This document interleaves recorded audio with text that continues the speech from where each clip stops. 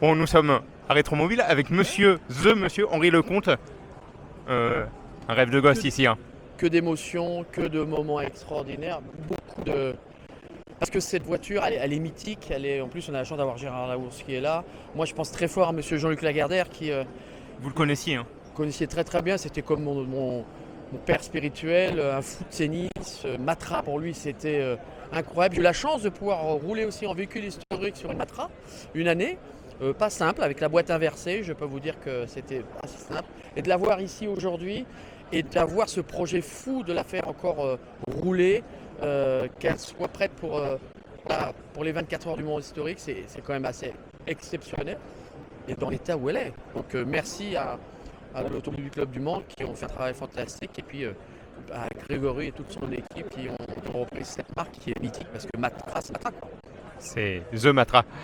Et oui, mais c'est bien que ça soit... Et puis c'est français, Made in France.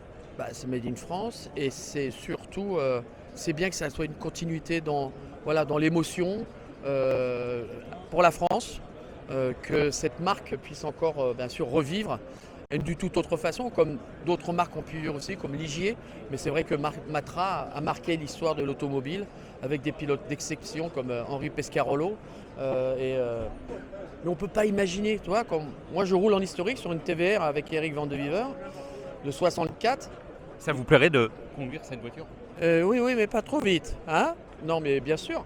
Mais on n'imagine pas, même quand on voit les voitures d'aujourd'hui, dans quoi ils roulaient. Moi, je suis très ami avec Jacques Lafitte, avec Alain Prost, avec tous les autres pilotes qui ont aussi roulé en F1. C'est des voitures, fallait avoir, comme on dit, excusez-moi du terme, je le dis, fallait avoir des couilles pour rouler là-dedans. Même si les pilotes nous disent aujourd'hui, mais non, elle était safe, elle était assez facile. Mais quand on voit comment ça a été construit, c'est incroyable, c'est hallucinant. Moi, ça me fait des frissons, voilà. Vous avez toujours adoré l'automobile, vous, hein? C'est une passion pour vous, Henri? Moi, la passion, j'ai un moteur dans le ventre. Je suis né avec la passion d'automobile grâce à mon père, grâce à mon grand-père, grâce aussi à ma vie de sportif de haut niveau qui m'a permis de pouvoir rencontrer des gens extraordinaires, comme j'ai dit. Voilà, René Arnoux, Jacques Lafitte, Alain Prost. J'ai la chance de passer 3 jours avec Ayrton Senna, avec des grands champions qui ont marqué les années 80, qui étaient aussi et puis aussi des pilotes de rallye. Hein, vous savez, tu as Jean-Pierre Nicolas, vous avez aussi d'autres pilotes français qui ont marqué cette génération. Donc on aimait ça et on aime ça. Mais moi j'étais vraiment pilote. J'ai fait le trophée Andros. Je me retrouve avec le papa de James Ruffier. On parlait des années 95 où on faisait avec toutes les autres personnes. David Hallyday, David sur la femme, mais plus on était... il y avait Jean-Marie Bigard, il y avait René Arnoux, il y avait Danny Stobeck, James Ruffier, tout ça. Bon, voilà, c'était une époque.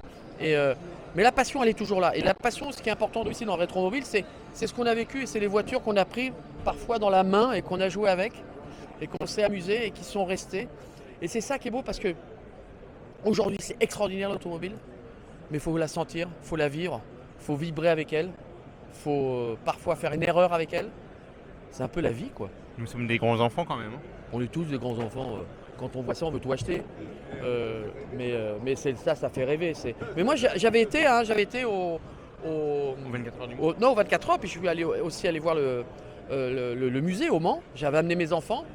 Et ce qui m'avait marqué, parce que mes enfants, mettons 18 ans, 16 ans, c'était il y a 4-5 ans, ils étaient tous arrêtés sur les véhicules historiques des vieilles voitures de course.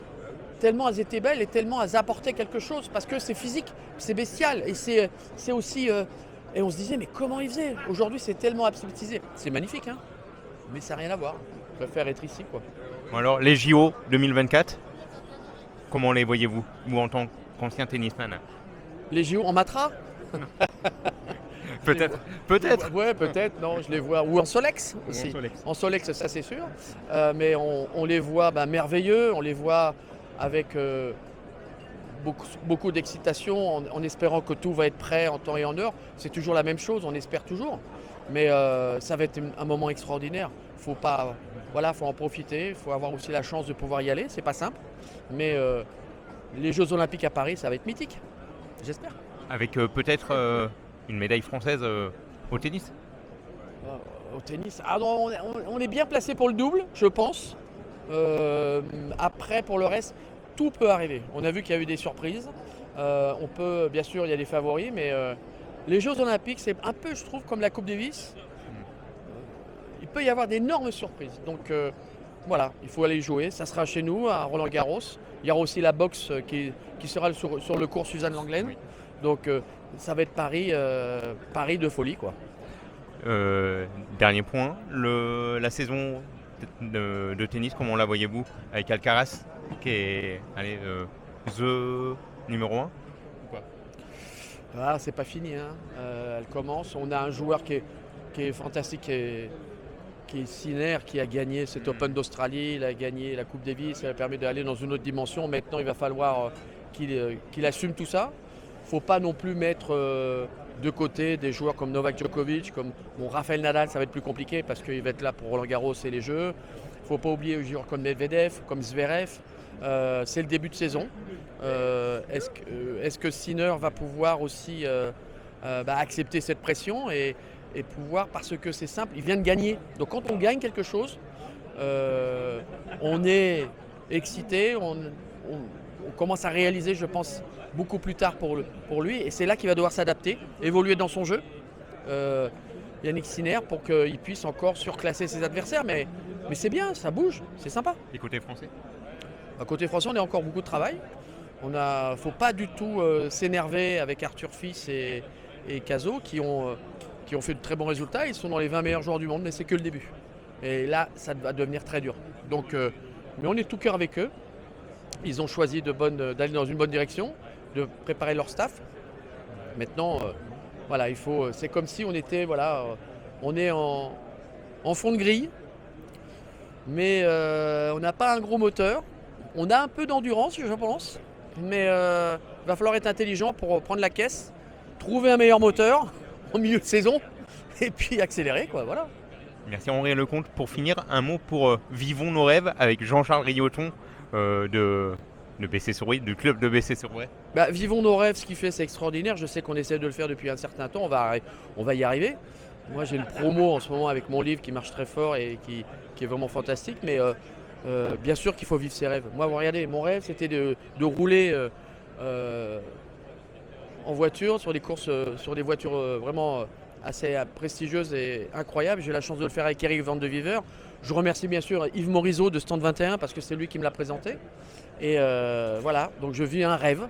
Mais pour ceux qui commencent et qui ont une vraie passion, ne lâchez rien, quoi. Faut pas lâcher. Et tant que ta passion est là, tu t'en sortiras. Merci beaucoup Henri Lecomte. Avec plaisir.